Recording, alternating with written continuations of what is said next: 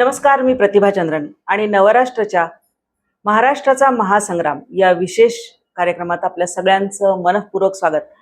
तुम्हाला माहिती आहे की महाराष्ट्रभर माझे सहकारी फिरतायत, प्रत्येक मतदारसंघामध्ये विधानसभेचे जात आहेत आणि प्रत्येक भागातल्या नेत्यांशी बोलतायत, जे निवडणूक लढवू इच्छित आहेत. मी आज आहे पालघर जिल्ह्यात आणि आपण इथे आहोत. जगदीशजी जोडी जे शिवसेनेसोबत आहेत, शिंदेजींसोबत, ते आपल्या सोबत आहेत. त्यांचं मनःपूर्वक स्वागत. साहेब, तुमचं स्वागत आहे. नमस्कार. आदिवासी समाज महाराष्ट्र राज्याचं जे संघटक पद आहे ते त्यांच्याकडे आहे. त्यापूर्वी ते अर्थातच शिवसेनेमध्ये होते आणि त्यांना कोकण पाटबंधारे विकास महामंडळ जे आहे त्याच्यावरती उपाध्यक्ष म्हणून ते काम केलेलं आहे त्यांनी, आणि राज्यमंत्री पदाचा तो एक दर्जा होता.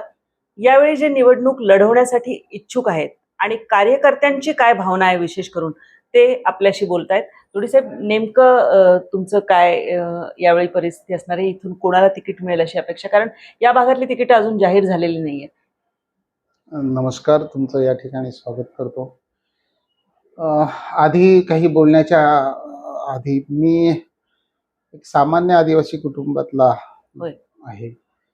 1992 साली मी खैरापाडा ग्रामपंचायतीचा नव्याने 23व्या वर्षी सरपंच झालो आणि त्यानंतर लगेचच 28व्या वर्षी मी पालघर पंचायत समितीचा सदस्य. बरोबर. 2002 साली मी जिल्हा परिषदेला निवडून गेलो. लगातार 15 वर्षाची कारकीर्द स्थानिक स्वराज्य संस्थेची मी या ठिकाणी उपभोगलेली आहे, लोकांच्या मताच्या आशीर्वादाने. आज महाराष्ट्र विधानसभेची निवडणूक लागलेली आहे आणि पालघर जिल्ह्यामधल्या 6 पैकी 4 ह्या आदिवासींसाठी राखीव आहे. त्यापैकी बोईसर विधानसभेसाठी मी इच्छुक आहे आणि महाराष्ट्र राज्याचे सन्माननीय मुख्यमंत्री, आमच्या पक्षाचे मुख्य नेते एकनाथजी शिंदे साहेबांकडे मी तसा आग्रह धरलेला आहे की आपण या बोईसर विधानसभेवर जर महायुतीचा भगवा फडकवायचा असेल तर मला आपण उमेदवारी द्या आणि त्यासाठी मी आग्रही आहे. साहेबांशी बोलणं हल्ली केव्हा झालं आणि त्यांनी त्याबद्दल काय प्रतिक्रिया नेमकी दिलेली आहे? वेगवेगळ्या कामासाठी सतत साहेबांकडे आमची भेट होत असते आणि प्रत्येक आठवड्याला लोकांच्या कामासाठी आम्ही मुख्यमंत्री साहेबांकडे जात असतो आणि त्या कामासाठी आग्रह करत असतो. आणि जेव्हा जेव्हा माझी त्यांच्याशी भेट झालेली आहे, मूलतः त्यांनी जेव्हा मला या पक्षाकडून 2 पक्ष झालेत त्याच्यानंतर त्यांनी मला जेव्हा आग्रह केला की तुला माझ्यासोबत यायला पाहिजे, त्याच वेळेस मी त्यांना सांगितलं होतं साहेब, 19ला जेव्हा पक्ष एकसंघ होता त्यावेळेस माझी संधी हुकली होती. होय. मला आग्रही मी मागणी न करता मला देण्याचं आश्वासन दिलं होतं आणि 19ला शेवटच्या घटकेला आपण इतर पक्षातून उमेदवार आयात केला आणि त्यामुळे मला तुम्ही घरी बसवलं आणि परिणामस्वरूप बोईसर विधानसभेची सीट ही आपल्याकडून गेली आणि आज तुम्ही मला पुन्हा आपल्याकडे आग्रही मागणी करताय. माझं का? त्यावेळेस मला साहेबांनी सांगितलं होतं की तुला विधानसभा लढायची आहे, ठीक आहे, त्यासाठी तू कामाला लाग, आपण बोईसर विधानसभा ही तुला देऊ. आणि म्हणून 2.5 वर्षानंतर पक्षाचे 2 तुकडे झाल्यानंतर आम्ही शिंदे साहेबांबरोबर गेलो. शिंदे साहेबांनी जी काही जबाबदारी माझ्यावर टाकली त्या जबाबदारीने मी काम करत राहिलो. पूर्ण महाराष्ट्र आदिवासी राज्य संघटक म्हणून जबाबदारी दिल्यानंतर महाराष्ट्रभर काम करण्याचा प्रयत्न केला. हे करत असताना ज्या विधानसभेतून मला निवडणूक लढायची आहे त्या विधानसभेवर माझं पूर्ण लक्ष होतं आणि आजही बोईसर विधानसभेवर महायुतीतून मला उमेदवारी मिळाली तर या ठिकाणी महायुतीचा भगवा नक्कीच फडकणार आहे. तुम्ही जेव्हा मुळात आधी भारतीय जनता पार्टीमधून जेव्हा शिवसेनेकडे गेलात तेव्हा तुमचं कारण काय होती? 2014ला सत्ता परिवर्तन झालं केंद्रामध्ये आणि त्या ठिकाणी भारतीय जनता पार्टीची सत्ता आली आणि त्यावेळेस मी श्रमजीवी संघटनेमध्ये काम करत होतो. विवेक भाऊ पंडितांबरोबर लगभग 18 वर्ष ही मी काम केलेली आहे आणि 2009ला नव्याने जेव्हा मतदारसंघाची रचना झाली, त्यामध्ये बोईसर विधानसभा हा निर्माण झाला. आणि बोईसर विधानसभा निर्माण झाल्यानंतर विवेक भाऊंबरोबर मी काम करत असताना त्यांची आग्रही मागणी होती की जगदीश, तुला बोईसर विधानसभेमध्ये निवडणूक लढायची आहे आणि आपल्या लोकांचं म्हणजे खास करून आदिवासी लोकांचं तुला नेतृत्व करावं लागेल. त्याआधी मी काँग्रेसमध्ये होतो आणि ही जी काही पदं मी भूषवली आहेत संविधानात्मक, ही काँग्रेसमधून भूषवलेली आहे. सत्ता सोडून संघर्षाकडे वाटचाल हे काय सोपं नसते आणि ती मी केली. काँग्रेसची केंद्रात राज्यात सत्ता असताना ती सोडून मी विवेक भाऊ पंडितांच्या श्रमजीवी संघटनेमध्ये गेलो. त्यांनी मला पूर्वीच्या ठाणे जिल्ह्याचं अध्यक्षपद दिलं, नव्हे तर संपूर्ण संघटना मला चालवायला दिली. त्यांच्या विश्वासाला मी कुठेही तडा जाऊ दिली नाही.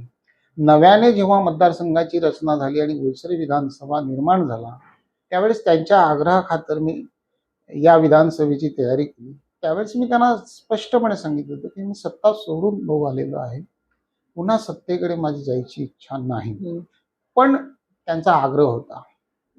2009ला पूर्ण तयारी झाल्यानंतर त्यांची स्वतःची वसई विधानसभेतून निवडणूक लढण्याची इच्छा झाली आणि पहिला बळी हा माझा तिथे गेला. जो प्रश्न तुम्ही मला विचारलाय बीजेपीत जाण्याचं, त्यानंतर मी 2012ला पुन्हा जिल्हा परिषद बोईसरची निवडणूक लढलो होतो आणि त्याच्यात मी पराजित झालो.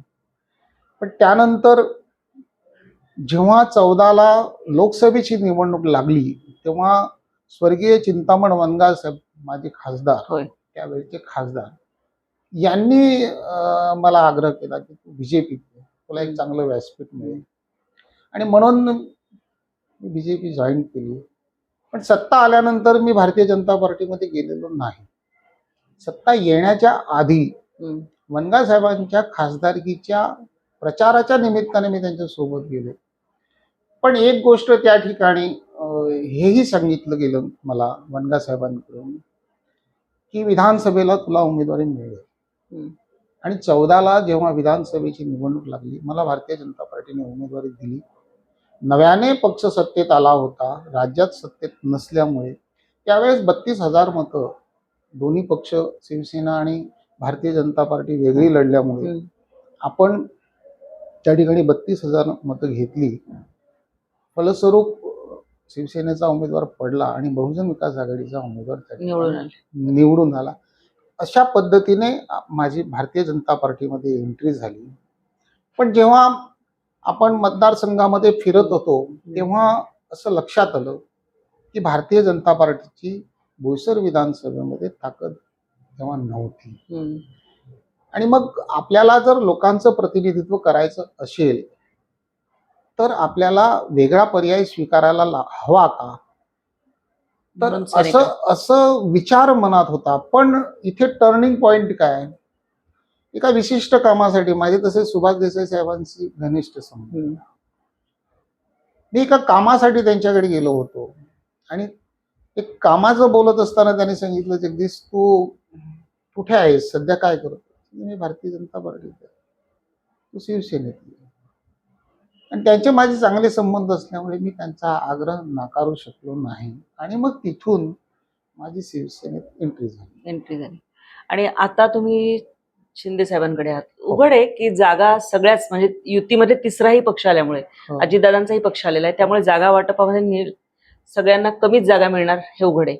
आणि मग या परिस्थितीमध्ये तिकीट वाटपामध्ये जर समजा जागा नाही मिळाली तर तुमचा निर्णय काय असेल? तरी तुम्ही लढणार आहात?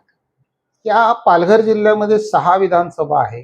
6 पैकी 4 आदिवासी, 2 सर्वसाधारण आहे. तिसरा पक्ष जो तुम्ही सांगितलेला आहे राष्ट्रवादी अजित पवार गट, त्यांची या जिल्ह्यामध्ये ताकद नाही. बरोबर. या ठिकाणी भारतीय जनता पार्टी आणि शिवसेनेचीच ताकद आहे. आणि आजच्या घडीला पालघर आणि बोईसर विधानसभा ही शिवसेनेकडे आहे आणि शिवसेनेकडे असल्यामुळे आणि आम्ही स्वतः शिवसेनेत असल्यामुळे आणि आम्हाला मुख्यमंत्री साहेबांनी आश्वासन दिलेलं असल्यामुळे आम्ही त्या दिशेने ही वाटचाल केलेली आहे.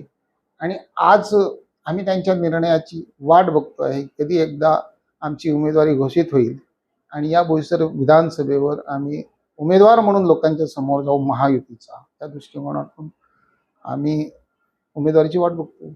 बहुजन विकास आघाडीची या भागामध्ये ताकद आहेच आपली एक, आणि त्यांचं निवडून पण आलेलं आहे. मग या परिस्थितीमध्ये तुम्हाला किती चान्स वाटतो? कशामुळे वातावरण बदलले? म्हणजे सरकारच्या ज्या कल्याणकारी योजना आहेत त्यामुळे, लाडकी बहीण असेल, आणखी काही असेल, प्रकल्प आलेले आहेत त्यामुळे, की वातावरण तुम्हाला वाटतं की फिरलेलं आहे असं वाटतंय का? बहुजन विकास आघाडीची ताकद पाहिली तर ते वसई, नालासोपारा, विरार हा जो भाग आहे हो. या भागापुरती मर्यादित आहे. त्यानंतर बोईसर विधानसभेचा 404 मतदान केंद्रापैकी 246 मतदान केंद्र ही पालघर तालुक्यात आहे आणि 157 मतदान केंद्र ही वसई तालुक्यात आहे. म्हणजे 1,60,000 मतं ही त्या ठिकाणी आहे, तर 2,50,000च्या वर ही मतं या पालघर तालुक्यात आहे. त्यामुळे सक्षम उमेदवार हा या ठिकाणी निवडून येऊ शकतो. गंमत सांगतो, 2009ला जे विलासतरे 10 वर्ष आमदार राहिले, हो. ते 2009ला शिवसेनेकडून उमेदवारी मागत होते. पक्षाने त्यांना उमेदवारी न दिल्यामुळे सुनील धानवाला उमेदवारी दिली आणि विलासतरेंनी बंड केला आणि ते त्या ठिकाणी बहुजन विकास आघाडीकडे गेले, तिकडून निवडून आले आणि त्यावेळेस या ठिकाणी बंडखोरी झाली. पुन्हा 14ला जेव्हा सुनील धानवाला पुन्हा रिपीट करण्याची वेळ होती, तेव्हा त्या ठिकाणी कमळाकर दळवीला इन केला आणि सुनील धानवा त्या ठिकाणी बंडखोरी केली आणि पुन्हा सीट ही बहुजन विकासकडे गेली. 19ला पुन्हा तेच झालं. 19ला विलासतरे नको या भावनेतून संपूर्ण मतदारसंघाचं वातावरण असताना त्यांना बहुजन विकास आघाडीकडून उमेदवारी मिळत नाही असं समजल्यावर त्यांनी शिवसेनेकडे येण्याचा प्रयत्न केला आणि निवडणुकीच्या तोंडावर ते शिवसेनेमध्ये त्यांचा प्रवेश केला.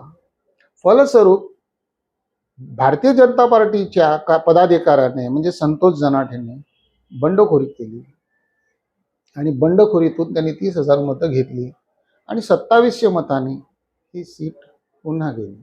म्हणजे या बोईसर विधानसभेवर निसटता विजय त्याला म्हणता येणार नाही. जर शिवसेना आणि भाजपने एकत्र काम केलं असतं त्यावेळेस, तर ही 30,000 मतं जर आपण या ठिकाणी बेरीज केली तर ही मतं 1,00,000च्या वर जातात. म्हणजे हार झाली अशी आपल्याला म्हणता येणार नाही, पण आमचीच लोक ही पक्षाची सीट पाडतात असं त्याचा अर्थ आहे. तुम्हाला शेवटचा प्रश्न हा, की तिकीट मिळो अथवा न मिळो, निवडणूक लढणारच यावेळी? माझा नाही, माझ्या पाठीमागे असलेल्या अनंत कार्यकर्त्यांचा हा आग्रह आहे की प्रत्येक वेळा आपण निष्ठावान म्हणून राहतो आणि पक्ष निष्ठावानाचा का बळी देतो आणि यावेळेस तू बळी जायचं नाही, तर यावेळेस तुला निवडणूक लढायचं आहे असा कार्यकर्त्यांचा आग्रह आहे. कार्यकर्त्यांच्या आग्रहाच्या विरुद्ध आपण कुठली भूमिका घेतली तर कार्यकर्ते हे आपल्याबरोबर राहतील का? तर कदाचित त्यांना आपल्यावर संशय निर्माण होऊ शकतो की हा माणूस शेवटच्या क्षणी निष्ठावान म्हणून राहण्याच्या नादामध्ये मतदारांच्या समोर जात नाही आणि कार्यकर्त्यांच्या भावनांचा आदर हा राखला गेला पाहिजे. आणि मीच नाही, कार्यकर्त्यांचा भावनांचा आदर हा पक्षाच्या नेतृत्वाने पण राखला पाहिजे. कारण शेवटी पक्ष हा कार्यकर्त्यांच्या बळावर चालतो. कार्यकर्ते लोकांच्या समोर, मतदारांच्या समोर मतं मागत असताना आणि त्यानुसार पक्ष चालत असतो. कार्यकर्त्यांच्या आग्रहाला मी सामोरं जाईन. मला ही निवडणूक लढायची आहे आणि माझी आग्रहाची मागणी आहे की मला 19ला तुम्ही नाकारलेला आहे, 24ला तो माझा हक्क आहे, तो मला या ठिकाणी एबी देऊन पक्षाचा उमेदवार घोषित करून मला द्यावा. मला ही निवडणूक लढायची. आपण धोडी साहेबांशी बोलत होतो आणि त्यांनी स्पष्ट केलेलं आहे की त्यांना ही निवडणूक लढायची. कार्यकर्त्यांचा आग्रह, त्यांची स्वतःची पण इच्छा, आणि या सगळ्यामधून दर्शक हो, कितीतरी असे पक्ष आहेत की जो तळमळीने मुद्दा त्यांनी मांडलेला आहे की बाहेरून आलेले उमेदवार किंवा आणखी कुठले उमेदवार सर्वेमधून काहीतरी वेगळे येणे, आणि यामधून अनेक पक्षांच्या समोर हा प्रश्न आहे, अनेक निष्ठावान कार्यकर्त्यांच्या समोर हा प्रश्न आहे. तसाच इथेही दिसतो आपल्याला. तुमचं काय म्हणणं आहे, तुमचे काय मत आहेत? असेच वेगवेगळ्या भागातले जे निष्ठावान कार्यकर्ते आहेत, जे दुखावले जातात, त्यांना तिकीट द्यायला हवं की आयात उमेदवारांना तिकीट द्यायला हवं? तुमची मतं आम्हाला निश्चित कळवा. नवराष्ट्रच्या चॅनलला सबस्क्राईब करायला विसरू नका. आणि महाराष्ट्राचा महासंग्राम हा आमचा विशेष जो कार्यक्रम सुरू झालेला आहे निवडणुकीसाठी, तो पाहायला विसरू नका. तुर्तास आपले धन्यवाद.